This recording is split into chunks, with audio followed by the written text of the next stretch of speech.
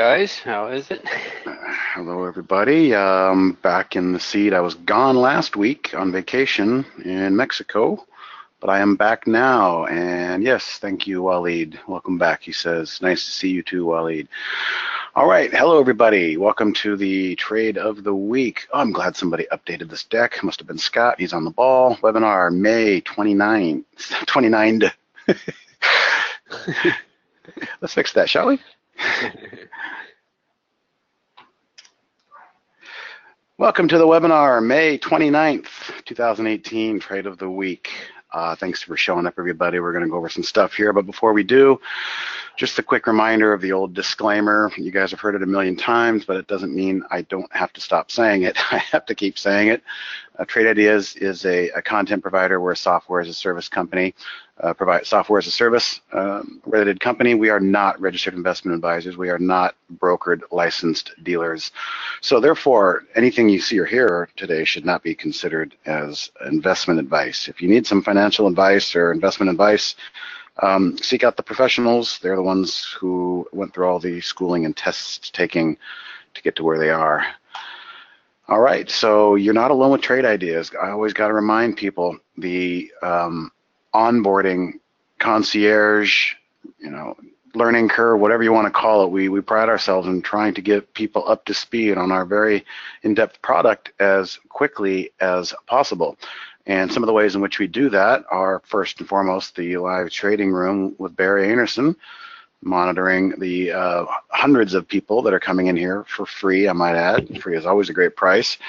And it's a great environment. There's a couple of really good seasoned traders in there that call out some ideas, and Barry also is able to give, simple technical advice and help on the product, the platform at which he's using and trading his own account for you. So that's a great community during the regular market hours. We also have moved on. I'm going to drop to the bottom here. TI University. Every time I move my arrow down there, that thing covers it up. TI University is the iteration from the one-on-ones. We're just getting too big and too many users that one-on-one time is not really possible anymore. So we've moved on to a group session, and we have a wonderful format on Monday through Thursday. Each day is about an hour, hour and a half long, beginning to intermediate to advanced on Thursday. And that's a course that you can attend live and ask questions and answers and get information. It's also a course that was recorded and is on our website for users who want to go through that training. Beyond that is our afternoon webinars. We're making ourselves available again to you guys here using the GoToWebinar interface. We're going to talk about some stuff today, but Monday, Tuesday, Wednesday, and Thursday are all different teams coming to you at 5 Eastern with different topics on the day and maybe some things to point towards and look forward to in the future. So because of all this, we've got a great subscriber growth rate, and I think a lot of that has to do with helping people get up to speed quickly. Just a quick slide here on what I had touched on earlier, the Trade Ideas Beginners one-on-one through 401, and again, that's Monday through Thursday. We start off kind of simple and finish more advanced, and so that is the Trade Ideas TI University. There's a link in our support section on tradeideas.com where you can go in and you can see TI University, and there's a link to sign up for these universities, and you get an email with an invitation. So let's get into it. The theme for my week, as always, is the man and machine combined. And the quote from Paul Tudor Jones, "No man's better than a machine, and no machine is better than a human with a machine." We updated that from man to human because there are many types of traders out there, male and female. So our job is the human being to have the final decision-making process. But when we have a machine like Trade Ideas, it certainly does help give us the edge that we're looking for. So today, here's our agenda, and this is incorrect. I like to keep things correct, and that's my bad for missing that. We're going to go over the market recap. We're going to talk about some of the damage that was done to financials today. Big red flag. We'll take a look at that. Holly recap. Not much going on, but we'll talk about a few items related to Holly and a few things coming down the pike. The trade of the week this week was close to triggering today, but didn't. But Microsoft is the name. And I'll go through some of the genesis and ideas as to how that was curated and selected and where it could go from here. And then I've got a strategy idea. I just want to kind of put, this actually came to me last week in Mexico, and I wrote it down and jotted it down. I wanted to kind of work through it together. So I want to build a very simple top list with you guys, and then show you how to use the price alerts to come back behind it and set up some nice possible entries on the pullback type of entry, not the breakout, but the pullback. So we'll get to that. And then we always like to finish up with maybe 3 or 5 minutes of chart requests. So we'll take probably up to 5 chart requests as we get to the end of the webinar. You can send in a symbol if you want us to look at a chart and let us know if you're long or short. And if paper napkin, no, I actually wrote it on my iPhone in my notes because that's all I had with me on the beach, and I didn't want to forget it. Good question. But I could have had a cocktail napkin at any point during my trip, that's for sure. So yeah, if you got a chart request, hold on to that till we ask for it. We'll take, like I said, 4 or 5, and it always helps to know if you're long or short or what your thoughts are. So that is our agenda. Let's get right into it. All right, so I'm going to start with the benchmark S&P spiders, and I'm going to expand it here a little bit. I've got a few things I want to talk about. Okay, so as I left you 2 weeks ago, I still had this downtrending short-term downtrend line in there to try and keep a marker as to what we broke out of, and it kind of came back into play today. The downside wedge that we had was the 200-day moving average. We pounded on that numerous times, and the market bounced. And then we spent most of last week and the week prior consolidating off of this giant move that we had off the bottom. Now, this level is very interesting for a few reasons. One, back here, I always say pivot lines, the definition is prior resistance become current support, or prior support can become current resistance. In this case, prior resistance became current support. Look at what happened on that last week and the week prior, 5, how many days we have here? 1, 2, 3, 4, 5, 6, 7. Yeah, 2 solid trading weeks of doing nothing but sideways consolidation. There's 2 ways to consolidate. You can pull back in price, or you can move sideways in time. And moving sideways in time is the most bullish of the 2 ways in which we can consolidate. And when I left the country last week, it looked like we were just consolidating and waiting for a nice move higher so I could undo and undraw some of these lines I have that were kind of throwing up some caution flags.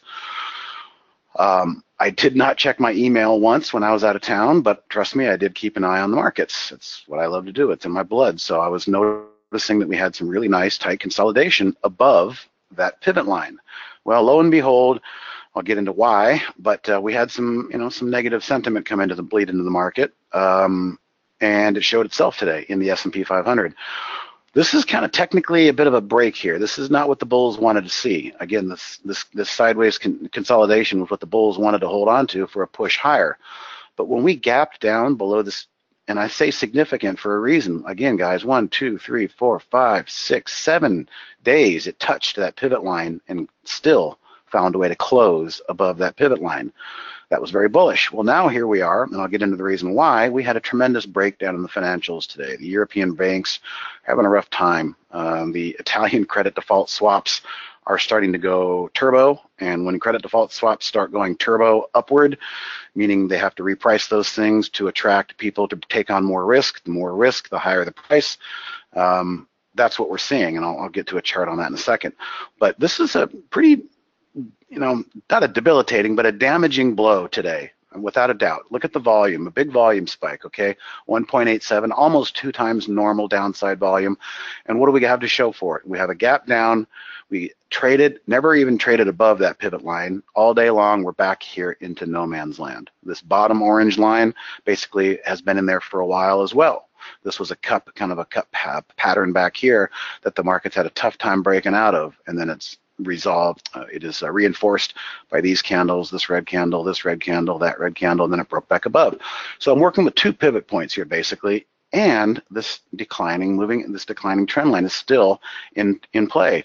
I say that because look at where we decided to bounce today. We bounced pretty much just below that trend line and just above that second pivot line. So that is kind of where I would have expected buyers to come in. And of course, we can see they did come in and they closed up the market in a couple green bars at the close to give us, kind of a spinning top pattern here, just in its own little range by itself. Well, what the bulls are going to need to get back on track is to get a close back above this pivot line. And the way in which things were going today, I don't know if we're going to see that tomorrow. Let's take a quick look at an ETF here called the EWI. I mentioned to you earlier the Italian market was falling out of bed. All right, that's what that European ETF looks like. What about Credit Suisse, a European bank? That's not very pretty. What about the Deutsche Bank, a huge derivative bank in Europe? That's not very good looking either. What was the other one? There was another one, ING. That's not good either. So there's a lot of panic and fear right now in Europe in the financials, and that translated into our markets today. If we go to today's sector heat map, well, down here at the bottom, we got the financials, and they look very similar to the technical analysis I was just kind of drawing to you earlier. A big gap down out of that range back into no man's land. So with that said, that's why the S&P and the Dow kind of look the way they do. They had a big breakdown from this flagging pattern that was trying to set up.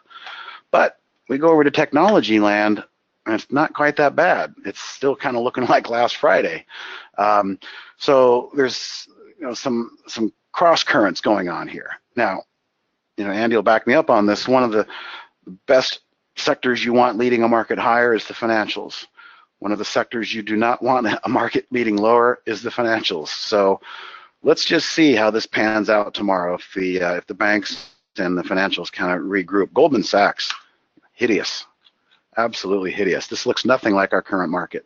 So we're getting a lot of tells and clues in the financial space, and it's not really what the bulls want to see. So the takeaway from today is there was a good amount of damage done technically in the spiders and in the Dow, but over in the technology, in the Qs, still hanging in there. So that's a plus mark for the bulls in technology land. What the bulls don't want to see is a give up in technology tomorrow and have technology come down to meet what happened to the financials today. That will not be good. IWM was leading. It's still showing some decent buoyancy. I mean, here it is, pivot lines 101, guys. Resistance, close to resistance, resistance on this day, traded through it, came back to test it, bounced, support, and we actually closed above that line again today. So the IWM, the small caps, are not throwing in the towel. We just got to see what's going to happen with the financials, and if the financials come back to their senses or if everything starts to follow the direction of the financials. If the case is that the bulls win and the financials come back to their senses and technology starts moving higher, then I will agree to take off these possible head and shoulders that have been kind of sitting there and looming for a while. I was really waiting for this consolidation in the sideways form to resolve itself before I typically took these off, because one could make an argument we could move that up right there, and that becomes our right shoulder. Right, Andy? Mm-hmm. That's right. Absolutely. Anything you want to add over there? No, I totally agree with you, and keep an eye, because it can be really scary. I'm getting back to where I've been kind of saying also, the risk reward, as far as really investing more. I'm concerned about the price action, and when you start to see these banks like Deutsche Bank, I mean, God, that's scary. They hold by a long shot more derivatives than any bank in the world. I can't go back that far, but Andy remembers I think it was probably 6 summers ago. Don't be fooled that European financial contagion can't create havoc and volatility over here, because it can. Absolutely. We had a nasty flash crash one summer, and the catalyst was what's going on with the Euro banks. And so here we are again. Yeah. You also heard Andy and I mention a couple weeks ago, one of the things that we didn't like seeing was that earnings were coming out pretty good, but the way the stock prices were receiving those earnings were pretty poor, which meant that, in addition to everything Andy just mentioned, stocks are currently priced to perfection. I mean, they really have to blow the doors off to get the attention of the buyers to come in and lift these prices higher. It seems like a lot of these good news earnings reports are kind of a sell the news event. So that in itself is also, kind of a curious notation to make in the bigger scheme of things. So that's the market recap. I think watch those financials tomorrow. See if the technology cues can hold up today. That seems to be where the war is occurring. But you really want to know where ground zero is. It's EWI. It's the iShares Italy. And if you look at the last 10 days, that's not very pretty. In the bigger scheme of things, it's not a giant fall, but still, that'll get your attention. That'll get anybody's attention right there. All righty. What is the German index? EW? Gosh, I think it's an EWG. No. Yeah, it is. Look, iShares Germany. Okay. Yep. Ask All what right. you'll receive. I It's didn't think it was. EWZ Brazil. Yep. And so that's the old single stock window coming in handily, showing us that EWZ is in fact Germany. So what you're saying is keep an eye on that, because that's where a lot of the Deutsche Bank and the strong banks, So yeah, EWI for Italy, EWG for Germany, and that, everybody, is what the market is currently focusing on. Whether it's right or wrong, that's what has the attention of everybody. All right, where to next? I think Holly, that's not what I want. I want this one. I want this one, the Holly recap. All right. I'll tell you what, guys. I'm gonna point out something, and I'm gonna turn it over to Andy for more specifics. But you may have noticed there are 2 channels now called Virtual Holly. One of them actually says, I believe, 2.0. We are currently building the scaffolding, the framework for a second bucket of Holly trades, and hopefully in the next week we'll have some more definitive demonstrations to give you. But just in case anybody had caught that, I wanted to head it off at the pass. There are 2 Holly channels now. Right now they're both identical, but very soon you might start to see some different strategies in a completely different channel for a different bucket as we start to roll this thing out for larger groups and more opportunities. But that being said, not a whole lot to write home about today in Holly. I didn't see any directional bias. We had shorts, we had longs, we had shorts again. We had the risk off leading, then we had risk on leading, then risk off. So it was a really, really choppy back and forth day. But maybe Andy has more. No, I don't think there's anything you need to pass it over to me. There's not a whole lot to talk about. It's interesting to see look how the long, if you sort by time, how the opened up long, short, long, short, long, short. Long, yes, short. yes, this is not directional. Back and forth. Yeah, that is no direction there. No. Even though we kind of did a little, like we call the rainbow of death and the spiders, and went lower, we did come back at the end there. It's just a tough market. I will say this, guys. I know we tease you sometimes about new stuff coming. There are going to be some options coming real soon for the Holly. So hang in there. I don't like to tease, but Steve and I have both been seeing it. So hang in there. It's coming, and it may be the reason why this Holly 1.0 is maybe just kind of struggling right now, but and plus it's just a really tough market. Well, it is. It was a big downside momentum day. To answer Amit questions, the 3 different channels, there might be 3 different iterations, yes, and ideally those will be 3 different pools of different baskets of strategies. So we're in the process of feeding the AI even more strategies for it to shave down and optimize. But the idea is to open up, more opportunities to more people by creating more buckets, more segments. Okay. No, it's pretty much going to be the same, Amit. It's going to be the same exit by the end of the day. But if you see something that suits your fancy for a swing trade, then so be it. Before I forgot, I just want to hit again on my favorite simple one and only indicator, the 10-period moving average, which will keep and identify momentum in check until the momentum is no longer in check. And so when Andy said the rainbow of death this morning, I immediately went to this chart. What he meant was a gap down, trade up, and then roll back over, and a rainbow is not going to probably resolve the way the bulls want when you start to get that type of pattern early in the morning. And it didn't. And the 10-period moving average, you'll notice it got really close right about here by the time the price got thrown back down to the basement. And then we had a nice bounce. And I called out in the webinar earlier, the 201 I was doing, keep an eye on this line, because for the moment, it's grabbing that bouncing price action and throwing it back down. And it did. For the remainder of the day, we could not get a candle to close. A couple of attempts with a wick there, but traded right back down.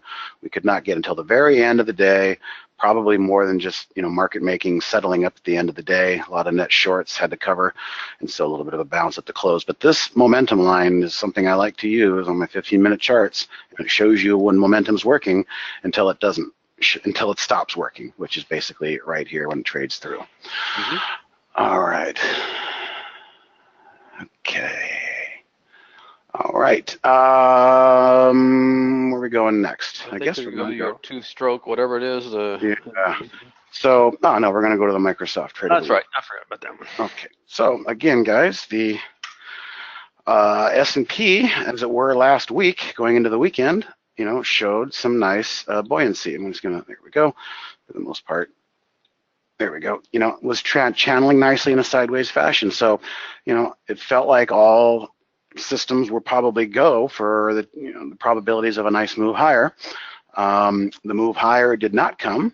We got to move lower. But on Friday, going into the weekend, this is all we really had to work with. So the concept was to look for something that is established and also wanting to go maybe to new highs, which you could make a case relative strength relative to the market. Microsoft keeps putting in higher lows. It's just looking for a reason to break out to a new all-time high, when the market itself, and on probably more fair cues, have been kind of not near their prior highs in the past. So if there was an opportunity for the market to have a buoyancy this week and take off, the search went towards something that was established, big cap, something everybody knows, a lot of volume, a lot of liquidity. Microsoft definitely fit the bill on the one scan that I have called big caps consolidating near new 52-week highs. And Microsoft just happened to be at a new all-time high. So the idea was to wait for a breakout. Unlike the last call I had was First Solar. First Solar was different in nature because recall, here was the early people buying the earnings, just like you and I talked about earlier, Andy. Earnings were met with a hard sell-off.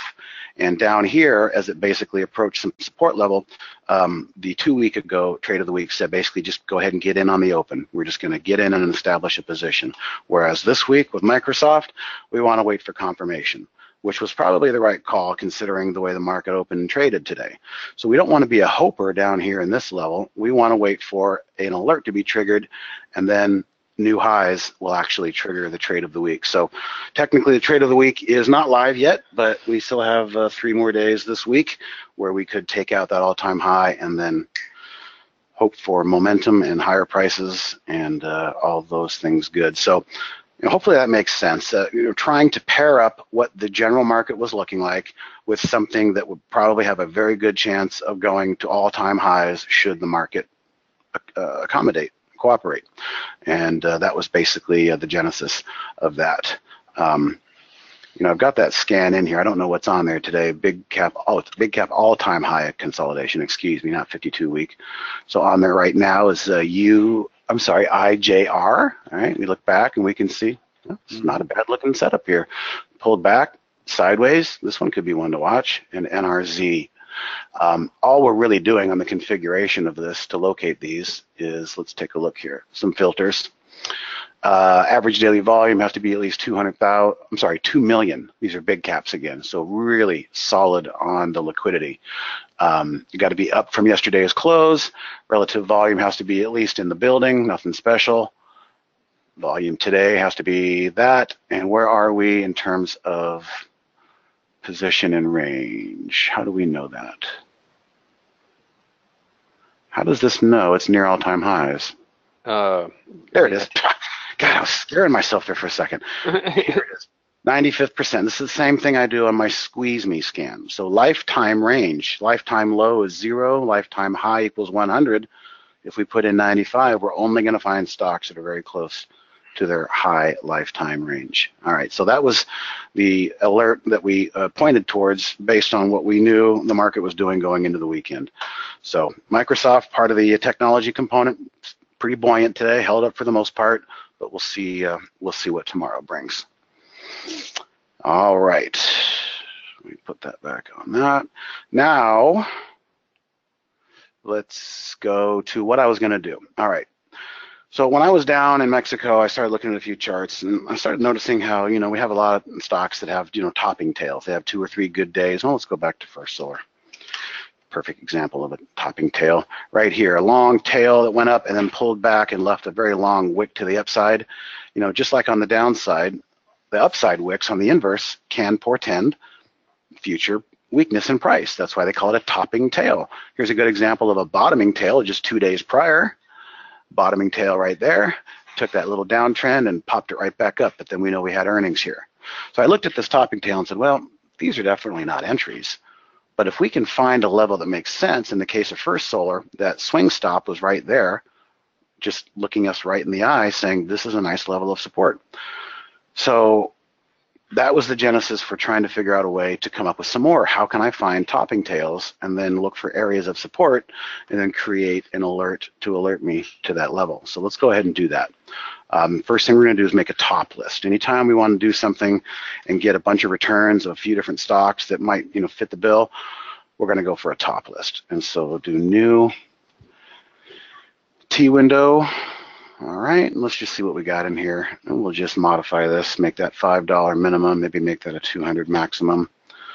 I'm going to bring up the average daily volume a little bit. Maybe we'll call it 350,000.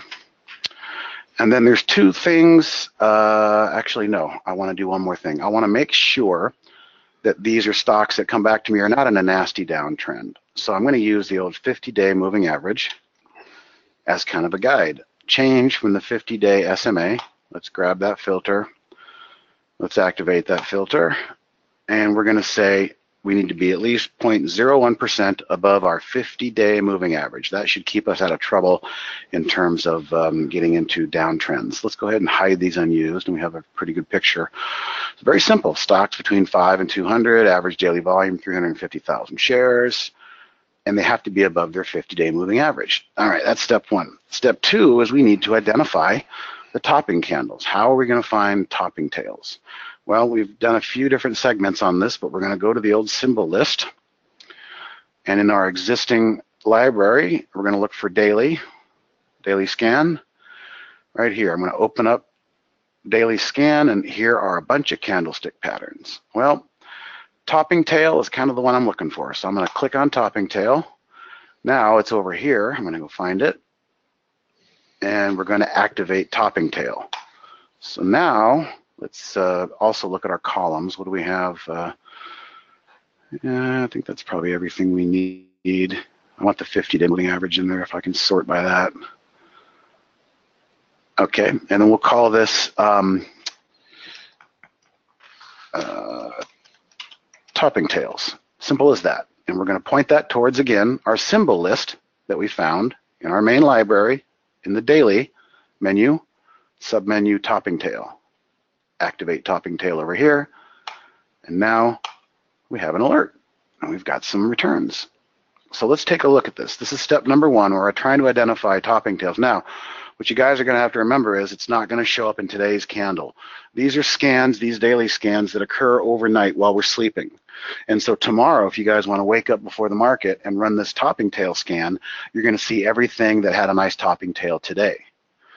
But on this alert, since I just made this now, it's going to have to revert to what was scanned over last night. So we have to kind of disregard today's candle for the demonstration purposes here. Let's go ahead and start clicking in and see what we got.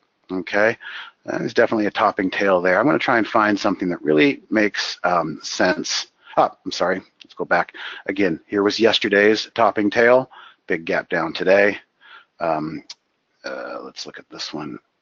All right. So what I'm trying to get at here, maybe we'll stick with this one, at least start here, is would you guys buy this chart? 1, 2, 3, 4, 5, 6 exploding green candles. Would you buy it up here? Probably not. But might you be interested maybe if it comes back to this level of prior resistance, when we talked about, prior resistance can become current support. So we could come back and we could call it a pullback from top tail. And that's my notes to myself. I'm going to click OK. Now, if the price comes back and this alert goes off and splashes on my screen, I can pull it up, start looking at the intraday and seeing if there's buyers, holding the price here at this level. Maybe a perfect ideal would be a push down through and a nice wick right back up, and then a nice buyer holding that level. That could be an indication that there's an opportunity to buy a pullback there. Let's find a better example than that one really. There was yesterday's topping tail, so today it exploded higher. That didn't work, but no harm, no foul. All right, so here's a topping tail, so to speak. And look at what we got coming up underneath it. I see two things going on here. I'm going to mark it up so you guys can see it. I see prior resistance back at this candle, and I also see that 10-period moving average, which I like so much, on the daily. It also can catch prices in a pullback. So this might make a perfect sense to just come in here and just right-click, create price alert, pull back to 10 SMA and prior resistance. Now I've given myself a trade opportunity. Let me grab that and delete that. I've served myself up a possible future trade alert. I'm not going to chase my tail going through looking for something to trade because I'm in the mood to trade. I'm just going to set it and forget it. And for this one, it kind of makes all the sense in the world. This thing's had a really nice move. It's above all its moving averages.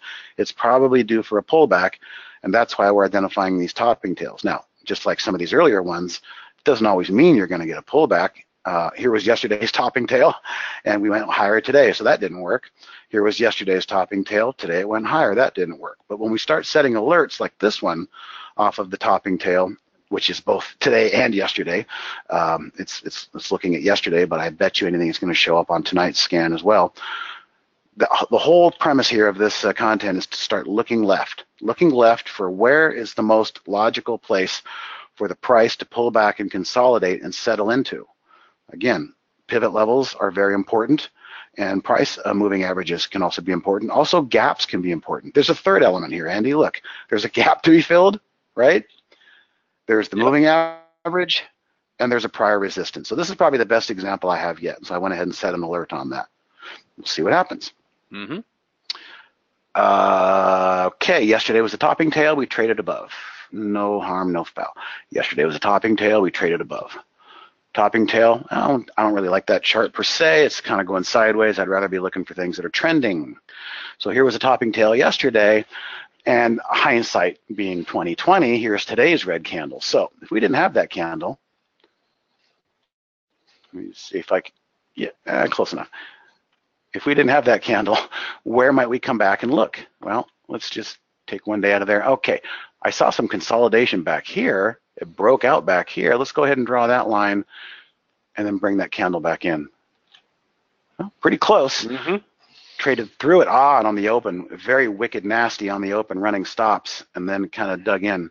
So, that one was kind of interesting. That one would have been hard to probably grab because it would have been fast trading. But I think some of you, based on your comments to me, are starting to understand where I'm going with this. This one I don't like. It's not really in an uptrend. Okay, here was yesterday's topping tail. We did go higher. But that doesn't mean we still can't come in and look back here and say, interesting, there was a lot of support that we broke out of back here. Maybe we should come in and put a price alert right there at that level. And these are obviously, just eyeballing it, but the ones that I like are the ones that are moving higher, not sideways, not downwards. I don't like that. That's not really doing much for me either. I want to see at least a few days of breakout, kind of like we had in this one. This is the best one I've seen yet. Really nice green candles, but like I said, nobody I think is brave enough to come in here and buy the 8th green candle in a row. So we start to just say, all right, well, I missed that pitch, but I'm going to wait for my pitch. And I'm just going to sit here with the bat on my shoulder.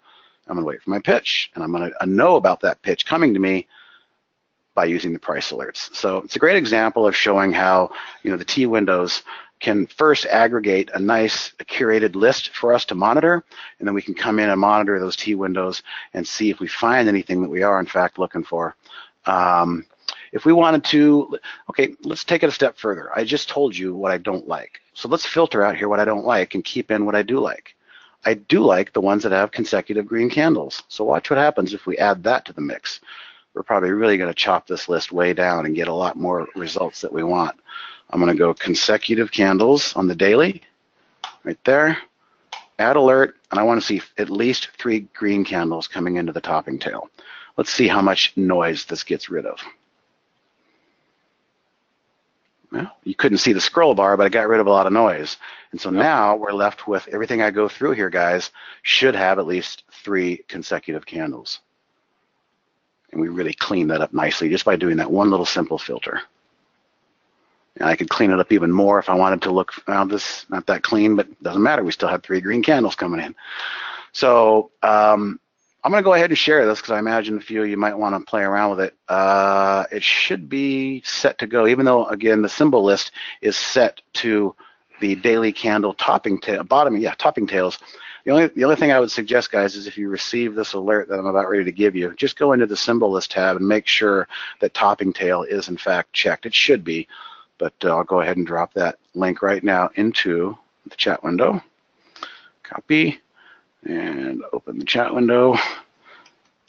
Topping tails. And just out of curiosity, I'm going to click that link. And let's see if it comes through already with a symbol list. Load from cloud. Here comes the duplicate copy, and it should be all set up for you in symbol list. Yep, hopefully it'll do the same for you guys. So there it is, topping tail. You know, just look for that level. Again, I'm looking for uptrends, but the level we're looking to bid into or set our alert to, you know, gap fills are great, pivot lines are great, or moving averages are great. This is probably the best example because we got all three. We got a little gap right there. We got a resistance topping tail back here, and we have that moving average coming up that will probably catch any pullback. So I think that's a good looking one to end on in terms of how I'm trying to use this particular scan. And any questions, certainly let me know, but the cloud link is down there. It's in the chat window for you all. And I guess we're getting close to the end of the content, so let's go ahead and spend maybe 5, 6, 7 minutes on chart requests. So if anybody has a chart request, go ahead and send it on in. It always helps to know if you're long or short. Thank you, Amit. He's looking at Micron short. Let's take a look and see what he's seeing. Okay, I see a topping tail right to start off with. That's a good sign. Shit, Amit, this thing's probably going to show up on the topping tail scan tomorrow. And I'm going to want to set. Yeah. You're going short, so we're not going to look to bid into it. So let's flip it upside down. Probably a decent short entry. I love the fact that it spiked above that prior resistance back here. Fake out, gave us a nice topping tail. It's had 4 or 5 days of nice run after a gap. It's got every reason in the world to want to take a break and come back down and possibly fill this gap. So if you're short and it's working for you, that might be your downside target. Something to consider. Now, if you're not short, what I would do. He said short. I didn't know if he was just getting your opinion on taking a short or he was already short. Gotcha. If you're not short, Amit, I would probably you might want to make for a bar reversal tomorrow. In other words, that's a very strong trend, and who's to say that these green candles can't stop moving, keep moving higher? So maybe use that yesterday's low or today's low as your entry, and then you have an easy stop. And then what you do is if it takes out that high, the previous day's high, you just got to get out. Looking, and let's add to it. We go to the 15-minute. This is why I like to not have the pre and post market on there. I want to see the days conjoined together. Looking back here, that looks like a pretty solid intraday resistance level that it broke out of. So, Andy said you could wait for breaking today's low. You could maybe even watch it. If it gets below this level here, it could have a nice head start. Which you could do what we call a starter position, maybe just a quarter, 1/3, just enough to get a little skin in the game and some emotions on the table. And then you can really, trust me, once you've got some money on the table, you'll be paying close attention to whether or not it wants to come down and take out today's lows. So it doesn't look bad. I like it. I wouldn't buy it here, especially after the failed breakout of this level back here. So not a bad selection there for a trade opportunity. All right, got it.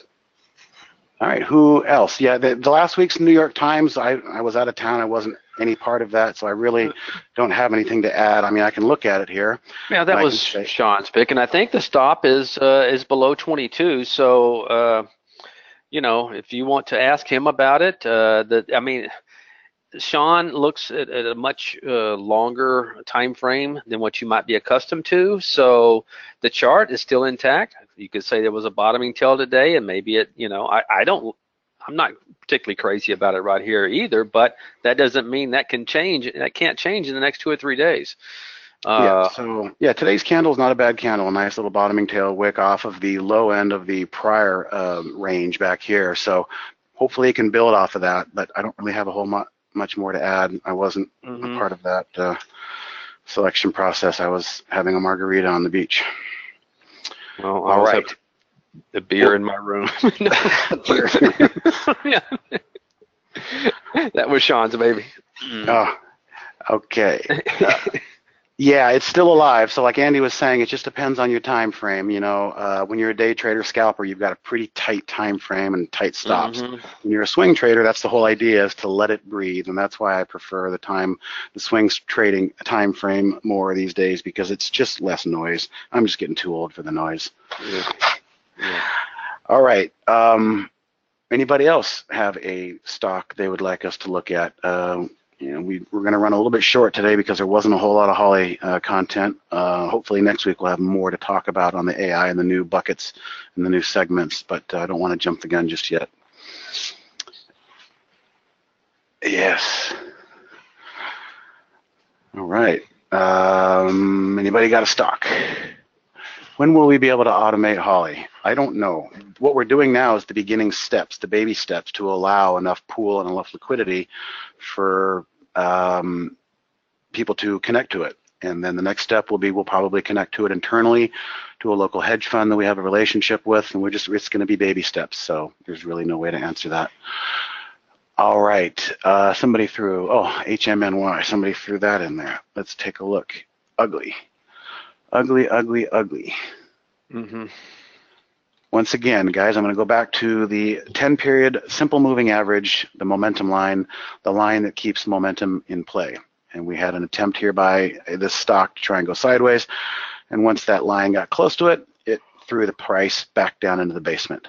Sideways action, once it actually kissed that line again, it threw the price back down. And it has yet to get back above. The only thing I would be interested in is if this thing, shows a giant volume day and starts trading back above. I would say, these levels back here. But this thing's in the death spiral. And it's only at what 43-cent stock, so you got to be careful with something like that. You could be looking at a bankruptcy, right, dead in the eye any day. Baba for a short. Funny you say that, because Baba was on our short list of well-known big cap stocks consolidating near their 52-week high, but it wasn't quite there. Not much I could say either way. It got ahead of itself and then got pulled right back. It looks like it closed right where it opened, but it still is intact here. It's above its moving average that I like. I don't know if I'd be looking to short this thing just yet. I don't know if it's really in no man's land at the moment. It looks, well, Yep. I don't really know what to say. How about Netflix? Your idea. Okay. Oh, I know one more thing I want to look at before we go, because I did put a little Easter egg in that email of a Tesla short. Okay, so basically, you can see the pivot level for the most part seems to be right about there. I'm going to adjust that. Basically broke out from here, had some trouble there. The very next day pushed through it. Well, now we're getting some wickiness. I wouldn't be surprised, honestly, to see this thing do the dance of pulling back and testing the prior resistance to make sure it, in fact, is current support. And if it does that, well, then maybe there could be a nice setup going forward. But we've got 1, 2, 3 green candles and an outside candle today. Took out the highs and took out the lows of yesterday. It could go anywhere from here, but I think it might be late to jump in long at this moment and pray. Okay, so for those of you who actually read the Trade of the Week email, I threw kind of an Easter egg in there. Not for solar. What am I doing? Tesla. For people who don't mind going short. Now, let's look at Microsoft, relative strength to the market. Tesla, relative strength to the market. Looks almost like Goldman Sachs to me. It's just not cutting it, okay?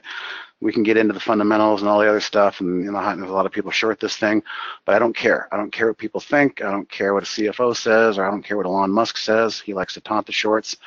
All I care about is what the footprints in the sand say. And this low right here of 273.42, if this thing gets taken out, I think we could see some lower prices in Tesla. That's just my thought. But today, it had to go off on its own and have its own relative strength party. Didn't do anything the rest of the market did today. So we'll see. But you may want to scratch that down, or maybe put a price alert in there if it does at any point break that level. And the most important thing, as I said in the email, close below that level. Then the close below that level could very well signal further downside in Tesla. Yeah. It never does. Never does what we want it to. All right. Getting close to the top of the hour. Anybody else have a stock, or did I miss one? We got Baba, we got Harmony. We did Micron. We looked at New York Times. New York Times is just slopping around. And if not, I'm just going to go ahead and hand it back over to Scott, and he's got some cool discount promo codes for you. All right, thank you, friend. Hope you got something out of it. Appreciate the feedback. So no more symbols are coming in. I'm going to go ahead and bring up the stack and let Scott kind of play us out here and let you guys see some discount codes. Thanks, Steve. Yeah, so a couple items on the way out. Firstly, let's make sure everyone's subscribed to the podcast. We had a great episode on Friday. We had a special guest, usually does not appear in public, Dave Mabe, one of our lead programmers, and one of the brains behind our AI Holly and our backtesting tool, the Odds Maker. So check it out. It came out this last Friday. So just search for Trade Ideas Podcast in whatever application you listen to podcasts in. Hit the subscribe button, download the newest episode, and then stay tuned for the next one that'll be out this Friday. We've also got a book out, very timely for what's going on in the markets since February. So download trade-ideas.com/ebook. Just pop your email address in on the landing page and get the link to download sent to your email. Both Andy and Steve participated in writing chapters of this one, so make sure you check it out. The promo code Mayflowers, all caps, will work for a couple more days until the end of May, so use it before that happens. Just plug that code in when you do a purchase, any subscription, and it saves 15% off your first month or year of Trade Ideas. Subscribers who want to upgrade also do the same code when you do the upgrade path, and you can save 15% off your first month or year of premium. Just go to tradeIdeas.com, click on the login button in your upper right, and then after you've logged in, select Change My Subscription and use that code. Any questions, just email us info@trade-ideas.com. We can help you out that way. You can also follow Steve Gomez on Twitter @TodayTrader. Jamie Hodge is @QuantBot. Dan Merkin's Trade Ideas 1. We've also got @Trade Ideas. When you like our page on Facebook, facebook.com/Trade Ideas Pro, you'll see the stuff we share, and you can share it with your friends. It would really make us happy, so go ahead and do that. Thanks, everyone. We'll have a recording up later on tonight or tomorrow morning. Thank you, Steve. Thank you, Andy. All right. See you guys in 1 week. Yep. Thanks, everybody. See you Thursday.